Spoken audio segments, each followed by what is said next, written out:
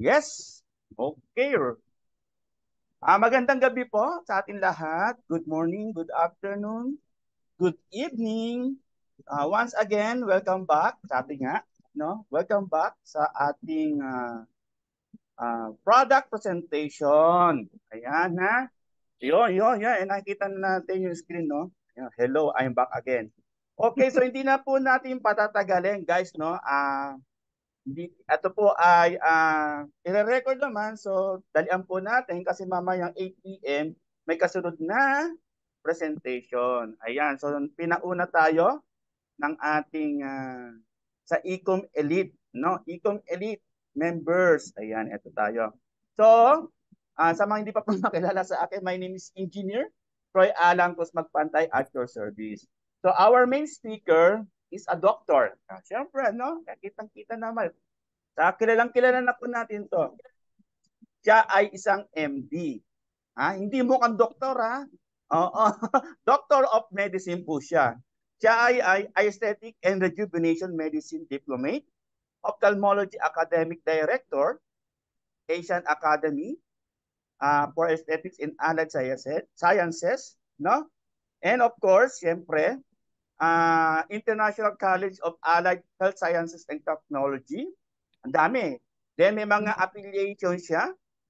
Like for example, Kinesa Estetica, Via Lumina, Royal Aesthetics, Derm Asia, and of course, Asian Academy for Aesthetics. Please welcome our company doctor, Doc Maria Cecilia Katapang. Pasok, Doc. Okay. Sir, may audio na ba ako? Please type 1 nga po, guys. Type 1 if may audio. Ayan, type 1. Okay. Okay. Meron, sir? Okay. Yes, meron po. Excuse me. Nag-burp, uminom kasi ko ng ano. So, good evening everyone. So, nandito tayo para sa Opcumin Pro, di ba? Ayaw yata, sir.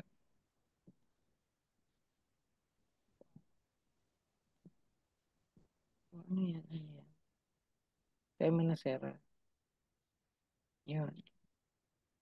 Yun. So, Opcumin Pro with equine placenta. Equine meaning horse. Ang Opcumin Pro ang advantages niyan sa katawan is it can fight cancer, it strengthens the immune system, it strengthens the immune system, so it maintains the immune activity in the body, it enhances and suppresses inflammation. It enhances suppression of inflammation, di ba? So, alam naman natin, ang laman ng Opcumin Pro ay vitamin C, zinc, horse placenta, and grapeseed extract. Ang Opcumin Pro, let's start with ang klase ng tableta, ang Opcumin Pro. Alam natin yan na double layer siya. Yung isang layer, quick acting. Ibig sabihin, nare-release ang active ingredients within 1 to 2 hours. Diba? And yung second layer ay slow release. Ibig sabihin, it can take up to 4 hours bago ang duration ng release ng active ingredient is 4 hours. So, anong advantage lang niya? Ang advantage ng quick acting, ibig sabihin, kunwari, pag kulang ka sa, mamaya, explain ko kung anong ingredient yan ang nasa quick acting at slow acting, no? Para makita lang natin. So, alam natin, yun. So, pag-inom mo ng gamot, sa stomach pa lang, nare-release na yung quick acting. Tapos, yung 4 hours, yung slow acting, nare-release sa small intestine kung saan nangyayari yung absorption. Di ba? So, pag tinignan mo yung small intestine under the microscope, ito siya, yung maliliit na butas na dyan pumapasok yung na-absorb yung ating active ingredient. So, anyway, alam naman nyo kung anong immune system, di ba? Ang immune system is the one that fights infection or resist diseases in our body. So, yan ang lumalaban sa mga pathogens o sa mga sakit, 'di ba? Tapos pag meron kang infection, 'di ba, nasugat ka, immune system ang lumalaban para mag-infect yung sugat mo. Tapos pagka may viral diseases ka, ang viral diseases kasi ang tawag natin dyan self-limiting. Ibig sabihin, gagaling yan ng kusa kahit wala kang gamot. Kaya lang, para gumaling yan, kailangan ang immune system mo malakas. Otherwise, magkakasakit ka ng diretso ka. So for example, yung coronavirus na nagdaan. Sa coronavirus, actually dahil viral siya, dapat gagaling kang kusa. Ang problema, maraming namatay kasi mahina ang immune system nila. Oh. So, kagaya ng dengue. Dengue, ang ngayon, sabi nga nila, pagka nag-hydrate ka, nalaman may dengue, uminom ka maraming tubig, gagaling ang dengue mo. Kasama ng pag-inom mo ng maraming tubig, kailangan malakas ang immune system mo. So, hindi ka mamamatay dahil sa dengue. Hindi ka mamamatay dahil sa influenza. 'Di ba? Dahil kaya ng immune system mong labanan ang mga mikrobyo yan. Tapos, the reason why you succumb to diseases o namamatay ka dahil sa mga mikrobyo is mahina ang immune system mo. Ngayon naman, bawa na sugat ka. Kagaya ko, nasugat ako. Ang sugat ko, ang tagal gumaling. Bakit? Baka mahina ang immune system ko. Kagaya ng mga diabetic. Di ba may mga diabetic na mabagal gumaling ang sugat, tapos pinamumugaran na ng mga mikrobyo katulad ng Staphylococcus aureus na yan, Streptococcus na yan, at kung ano-ano pang mga mikrobyo yan na nagpapalala ng sugat. So ang sugat, sa una pa lang, wala namang gaanong mikrobyo yun. Lumalala lang siya pagka nagkaroon ng infeksyon. So ang infeksyon, kailangan malabanan. Para wag mag-infeksyon ang sugat, kailangan malakas ang immune system mo. And yan makakatulong ang Opcumin Pro. Tapos, meron pang mga sakit kagaya ng cancer.